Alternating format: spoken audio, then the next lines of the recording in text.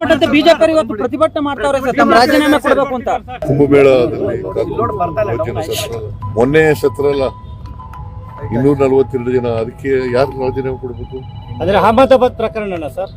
ಆಮೇಲೆ ಗೋಧ್ರಾ ಇನ್ಸಿಡೆಂಟ್ ನಲ್ಲಿ ಸತ್ರ ಅಲ್ಲ, ಅದ್ಯಾರಕ್ಕೆ ಕೊಡೋದು ಜವಾಬ್ದಾರಿ?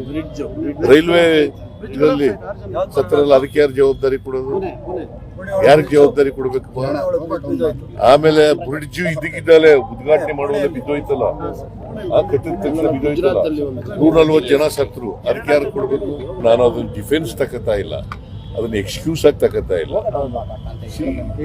ರಾಜೀನಾಮೆ ಕೇಳ್ತಕ್ಕಂಥ ಇವರು what moral write these people have? ಈಗ ಕಾಲ್ ತುಳಿತದಲ್ಲಿ ಸತ್ತಲ್ವಾ ಕುಂಭಮೇಳದಲ್ಲಿ, ಆಗ ಆದಿತ್ಯನಾಥ್ ರಾಜೀನಾಮೆ ಕೊಟ್ರ ಅಥವಾ ಇವ್ರು ಏನಾದ್ರು ಕೇಳಿದ್ರ? ಮತ್ತೆ ಈಗ ಇದಕ್ಕಿದೆಲ್ಲ ಏನು